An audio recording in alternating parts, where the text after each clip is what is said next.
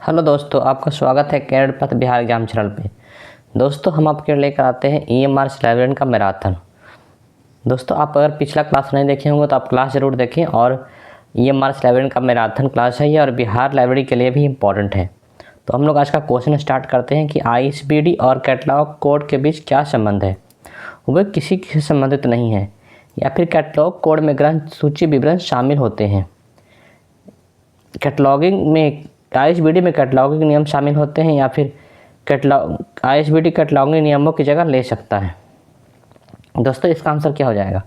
देखिए, catalogue code क्या होता है? लाइब्रेरी में एक तरह का कैटलॉग कोड बना जाता है, मतलब पुस्तकालय का सूची जो होता है उसमें एक कैटलॉग कोड बना जाता है लाइब्रेरी में। ये सब प्रैक्टिकल चीज़ है ये सब। तो कैटलॉग कोड जब बनता है लाइब्रेरी में, पुस्तक के बारे में जब कोड बनता है तो उसके अंदर ISBD शामिल होता है। ISBD मतलब होता है इंटरनेशनल स्टैंडर्ड बिब्लियोग्राफिक डिस्क्रिप्शन। आप समझ सकते हैं, बिब्लियोग्राफिक मतलब बुक होता है, तो इंटरनेशनल स्टैंडर्ड बिब्लियोग्राफिक डिस्क्रिप्शन शामिल होता है। कैटलॉग कोड में ग्रंथ सूची विवरण क्या होते हैं? शामिल होती हैं। कैटलॉग कोड जब बनता है तो उसमें ग्रंथ सूची मतलब catalogue code will include bibliographic description, उसमें पुस्तक के बारे में जानकारी पहले से होती है। इसका मतलब यही हुआ। C.A. कट्टर is the author of. C.A. कट्टर किसके लेखक हैं? C.A. कट्टर क्या लिखे थे? C.A. कट्टर लिखे थे subject classification, expensive classification, bibliographic classification या क्रोन क्लासिफिकेशन। तो C.A. कट्टर के द्वारा लिखा गया था ऑप्शन नंबर बी। ये 5 नहीं होगा, ये होगा ऑप्शन नंबर बी होगा। ये हो जाएगा दोस्तों, ऑप्शन नंबर बी हो जाएगा। और C.A. कट्टर लिखे थे एक्सपेंसिव क्लासिफिकेशन लिखे थे। क्या लिखे थे? एक्सपेंसिव क्लासिफिकेशन के लेखक कौन है? C.A. कट्टर। C.A. कट्टर एक बुक लिखे थे, book.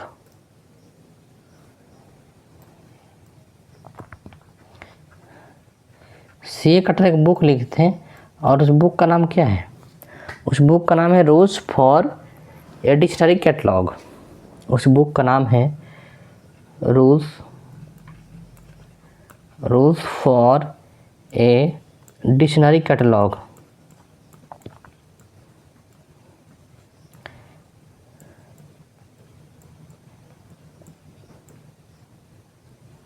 Rules for a dictionary catalogue के लेखक कौन है? C.A. कट्टर है। एक्सपेंसिव क्लासिफिकेशन के लेखक कौन है? C.A. कट्टर है। अज्ञात लेखक के कार्य को क्या कहा जाता है? एक ऐसा कार्य जो कि अज्ञात लेखक के द्वारा किया जाता है। अज्ञात लेखक मतलब ऐसा लेखक के बारे में कोई जानता नहीं हो, क्या हो गया? अज्ञात लेखक। तो अज्ञात लेखक के कार्य को कहा जाता है स्यूडोनिम वर्क, या फिर एनोनिमस वर्क, या काल्पनिक कार्य, या उपरोक्त में से कोई नहीं।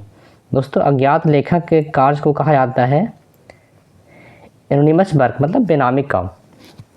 अज्ञात लेखक के कार्य को क्या कहा जाता है? एनोनिमस वर्क कहा जाता है, मतलब बेनामी काम कहा जाता है।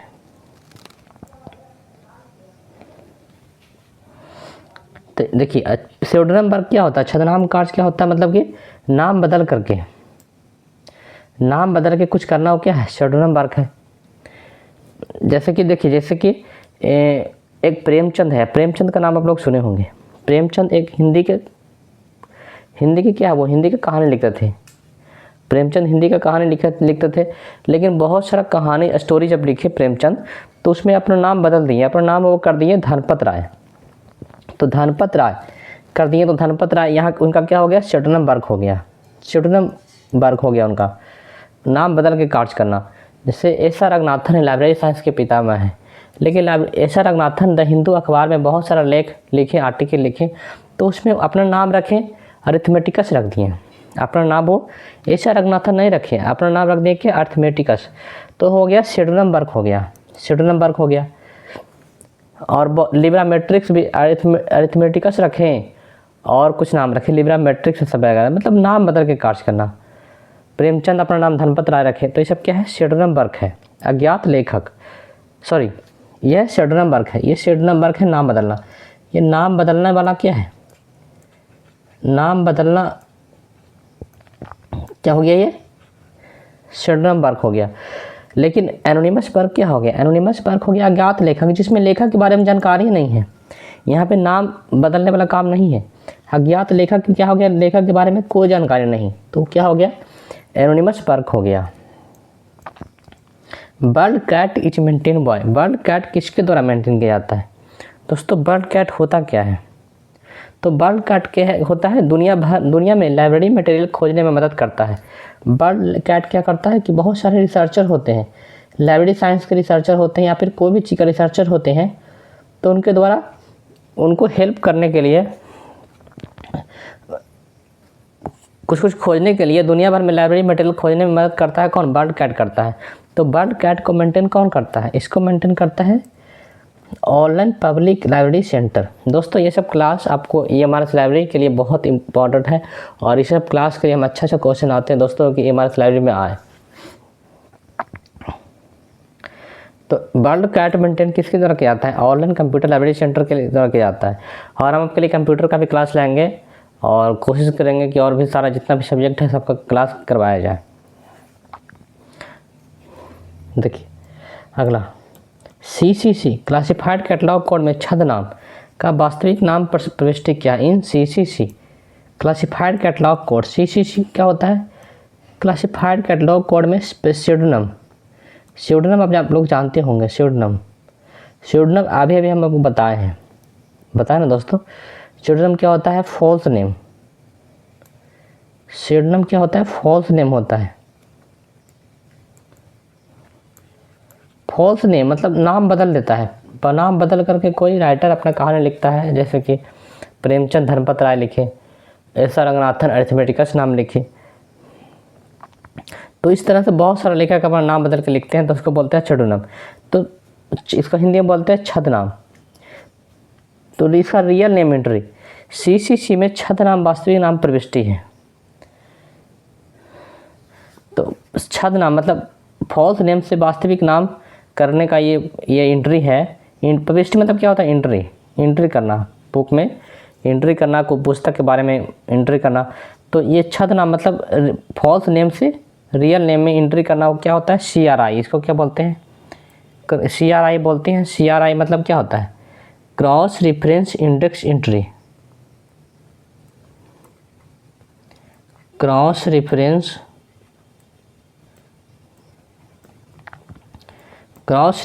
Index entry. अगला, ACR 2 में GMD स्टैंड फॉर, GMD मतलब क्या होता है? General material documents. ये जनरल मटेरियल डिजिग्नेशन या ग्रुप मटेरियल डिजिग्नेशन या ग्लाइडेड मटेरियल डॉक्यूमेंट। दोस्तों ACR क्या होता है? Anglo American cataloguing rules. ACR क्या होता है? Anglo American cataloguing rules. और 2 मतलब क्या होता है? Second edition. इसमें GRD मतलब होता है, जनरल मटेरियल डिजिग्नेशन। GRD मतलब क्या होता है? General material designation.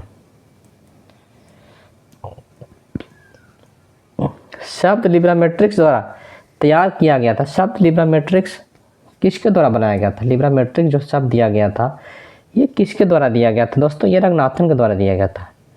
लिब्रामेट्रिक्स वर्ड दिया गया था एस आर रंगनाथन के द्वारा। आप लोग जानते हैं कि एस आर रंगनाथन भारत में लाइब्रेरी साइंस के पितामह हैं। और लाइब्रेरी साइंस के फादर कौन कहा था एस आर रंगनाथन को? मॉरिस गीवर के द्वारा कहा गया था।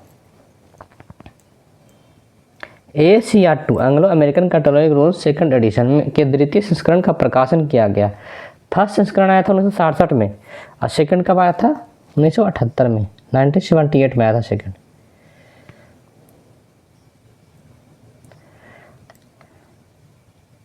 में आया था दोस्तों। ACR 2 के सेकंड एडिशन कब आया? 1978 में आया। फर्स्ट एडिशन आया 1967 में आया। ACR का पूर्ण रूप क्या है? ACR क्या होता है दोस्तों? Anglo American cataloguing rules. कौन सा ऑप्शन नंबर कहाँ है? Option number A B C D में है दोस्तों। कहाँ ये? ऑप्शन नंबर D में है, एंग्लो अमेरिकन कैटलॉगिंग रूल्स। ये दोनों मिला के बनाया था, अंग्रेज लोग अमेरिकन लोग मिला के बनाया था ये। ISBD किसके द्वारा विकसित किया गया था? ISBD international standard bibliographic description. International काम कौन करता है? तो यूनेस्को का भी कर सकता है, इफ्ला भी कर सकता है, निष्किया भी सब तो इंटरनेशनल संगठन ही है। तो इसमें हमको छाटना पड़ेगा कि ISBD किसके द्वारा विकसित किया गया था? तो इफ्ला के द्वारा। ISBD international standard bibliographic description कौन बनाया? इफ्ला। इफ्ला का फुल फॉर्म क्या होता है? International federation of library association and institution. सम्मेलन कार्यवाही को प्रलेख माना जाता है। प्रलेख मतलब document. Conference proceeding are considered as, conference में अगर कुछ निकलता है, कुछ डॉक्यूमेंट वगैरह, कहीं पे भी कॉन्फ्रेंस होता है तो डॉक्यूमेंट वगैरह निकलता है। जैसे कि मान लीजिए कि वर्ल्ड लेवल पर कोई बैठक हुआ, दुनिया के लोग उसमें आए, तो बहुत सारा चीज़ लिखा जाता है, उसमें सारे देश के लोग साइन करते हैं, सहमति देते हैं, तो वो पास होता है। तो इस सारे देश के सहमति से पास होता है, तो वो क्या होता है, चाहे किसी भी तरह से पास हुआ सम्मेलन में, कॉन्फ्रेंस में अगर किसी भी तरह का कोई डॉक्यूमेंट निकलता है तो क्या होता है, प्राथमिक हो जाता है, क्योंकि पहली बार निकला है वो। कहीं ऐसा तो नहीं, अगर उसके बारे में कोई एक्सप्लेन करेगा कि हाँ अमेरिका वाला बैठा, इंडिया वाला बैठा, वहाँ पे क्या क्या कॉन्फ्रेंस निकला, क्या क्या, तो उसके बारे में सेकंड आदमी, थर्ड आदमी उसके बारे में जानकारी देगा, तो वो अलग हो जाएगा, मतलब सेकंड वो हो जाएगा सेकेंडरी। लेकिन जब फर्स्ट बार जब सम्मेलन होगा, कॉन्फ्रेंस होगा, तो उसमें कोई डॉक्यूमेंट निकलेगा तो क्या हो जाएगा, प्राथमिक हो जाएगा। पारंपरिक तो होगा नहीं, पारंपरिक तो ऐसा कुछ है नहीं यहाँ पे। शब्दकोशीय सूची मतलब डिक्शनरी कैटलॉग के लिए नियम इसके द्वारा तैयार किए गए। शब्दकोशीय सूची डिक्शनरी कैटलॉग के लिए नियम किसके द्वारा बनाए गए थे, तो ये सीए कट्टर के द्वारा, चार्ल्स एमी कट्टर। सीए कट्टर का फुल फॉर्म क्या है, पूरा नाम क्या है, चार्ल्स एमी कट्टर। शब्दकोशीय सूची के नियम चार्ल्स एमी कट्टर, सीए कट्टर द्वारा बनाए गए थे। वर्णनात्मक या विस्तृत सूचना का पता लगाने के लिए प्रयुक्त स्रोत है an appropriate source to find our descriptive information. तो an appropriate source to find our descriptive information क्या है दोस्तों, देखिए इसमें क्या है, विस्तृत सूचना। विस्तृत सूचना मतलब पूरा बढ़िया से हमको सोचना चाहिए, बड़ा सोचना चाहिए, तो उसके लिए क्या हो सकता है, विश्वकोश हो सकता है। क्या हो सकता है, क्या हो सकता है दोस्तों, विश्वकोश। विश्वकोश मतलब देखिए अप्रोप्रिएट सोर्स, अप्रोप्रिएट मतलब बढ़िया स्रोत चाहिए, और पूरा वर्ल्ड लेवल पे विस्तृत सूचना चाहिए। तो विस्तृत सूचना क्या मिलेगा, सबसे बढ़िया ऑप्शन क्या है, वर्ल्ड इंसाइक्लोपीडिया है, विश्वकोश। शब्दावली है, शब्दावली ग्लॉसरी क्या है दोस्तों, ग्लॉसरी क्या है दोस्तों, तब परिभाषाओं के साथ तकनीकी शब्दों की सूची या फिर किसी भाषा के शब्दों की सूची, विषयगत रूप से व्यवस्थित शब्दों की सूची, गद्यांश के काम के लिए वर्णमाला अनुक्रम निकाले, alphabetical index to passage of work. शब्दावली ग्लॉसरी क्या है, ग्लॉसरी क्या है, परिभाषाओं के साथ तकनीकी शब्दों की सूची, list of technical words with definitions. निम्नलिखित में कौन एक दस्तावेज सूचना स्रोत नहीं है, which of the following is not a documentary source information source, research monograph, research report, सम्मेलन पत्र या विश्वविद्यालय। दस्तावेजी सूचना स्रोत नहीं है, कहाँ के डॉक्यूमेंट नहीं आएगा। दस्तावेज मतलब जानते हैं दोस्तों, डॉक्यूमेंट, कागज पत्र, तो कागज पत्र कहाँ नहीं होगा, तो रिसर्च मोनोग्राफ में होगा, अनुसंधान हुआ है, रिसर्च हुआ तो होगा ही। रिसर्च रिपोर्ट जब निकलेगा तो वहाँ भी कागज पत्र रहेगा। कॉन्फ्रेंस होगा तो उसमें भी पेपर वगैरह साइन होता है, सब होता है। तो यहाँ पे कह रहा है कि सूचना स्रोत के बारे में कह रहा है कि कहाँ पे सूचना नहीं मिलेगा। रिसर्च होगा तो वहाँ भी सूचना है, रिसर्च। दस्तावेजी सूचना मतलब डॉक्यूमेंट कागज पत्र वाला सूचना, तो अनुसंधान रिपोर्ट में भी है, सम्मेलन में है, विश्वविद्यालय यहाँ पे हट रहा है। जिस तरह से विश्वविद्यालय में कोई जरूरी नहीं कैसा रहेगा, तो ऑप्शन से छाटेंगे तो कौन छट रहा है, विश्वविद्यालय, यूनिवर्सिटी। लैटिन शब्द लाइबर का क्या अर्थ है दोस्तों, लैटिन शब्द लाइबर का अर्थ है पुस्तकों का सेट या पुस्तकें या पुस्तकों की सूची या पुस्तकों का भंडार। लैटिन शब्द लाइबर का अर्थ दोस्तों क्या है, पुस्तकें। लैटिन शब्द लाइबर का अर्थ है बुक्स, पुस्तकें। कॉपसेट का अर्थ है, कॉपसेट स्टैंड्स फॉर यहाँ पे नहीं होगा, कॉपसेट स्टैंड्स फॉर,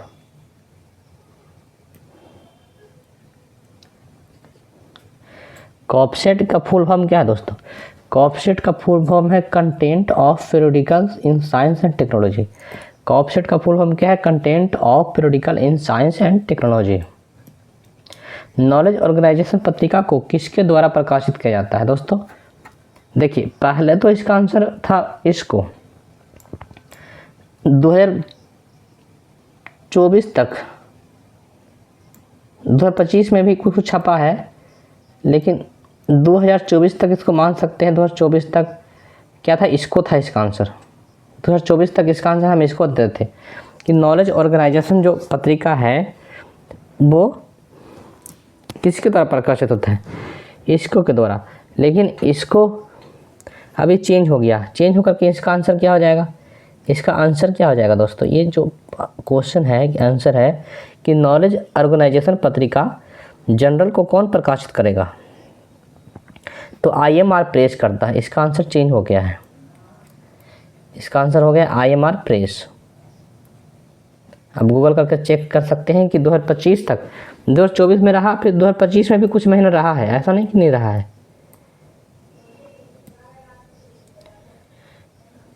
2025 में भी कुछ महीना रहा है, ऐसा नहीं कि नहीं रहा है।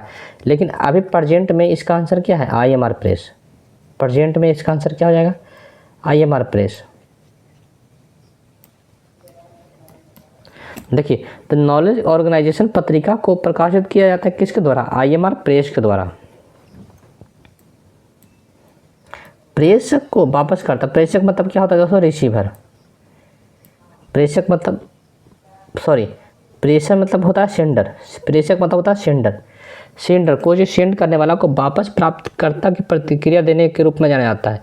सो आपके यहाँ कोई चीज़ भेजा गया तो आप उसको क्या दोगे, फीडबैक दोगे, क्या दोगे, फीडबैक। तो प्रेषक मतलब सेंडर को वापस प्राप्तकर्ता रिसीवर की प्रतिक्रिया देने के रूप में जाना जाता है। सेंडर को आप कुछ भेज रहे हो, आपके यहाँ कोई कुछ मिला आपको, तो उसके बारे में आप क्या दोगे, फीडबैक। जैसे कि आप ऑनलाइन कोई सामान खरीदते हो तो क्या देते हो, फीडबैक देते हो।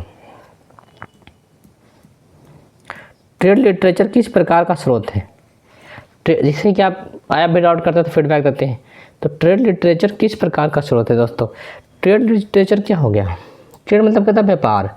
व्यापार से जुड़ा हुआ कोई भी लिटरेचर है वो कैसा हो सकता है, वो क्या हो जाएगा दोस्तों, व्यापार से जुड़ा कोई भी लिटरेचर क्या हो जाएगा, प्राथमिक होना चाहिए यहाँ पे, प्राथमिक। हाँ, ट्रेड लिटरेचर किस प्रकार का स्रोत दोस्तों, ट्रेड लिटरेचर है ये प्राथमिक स्रोत।